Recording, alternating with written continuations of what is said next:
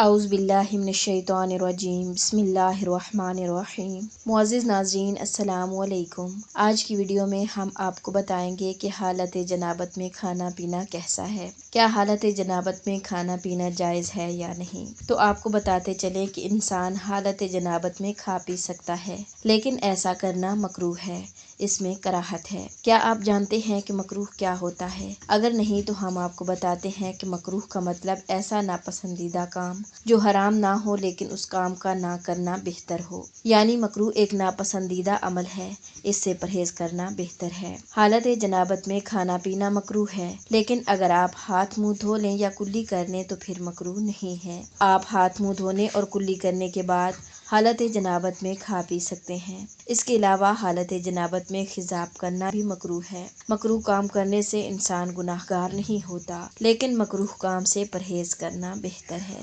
معزز ناظرین، حالت جنابت میں مکروہ ہے کہ انسان قرآن مجید کو اپنے ساتھ رکھے۔ معزز ناظرین، یہ تھی ہماری آج کی ویڈیو۔ اگر آپ چاہتے ہیں کہ اس طرح کی مزید دینی اور اسلامی معلومات آپ تک پہنچتی رہیں تو ہمارے چینل کو سبسکرائب کریں۔ تب تک کے لیے اللہ حافظ۔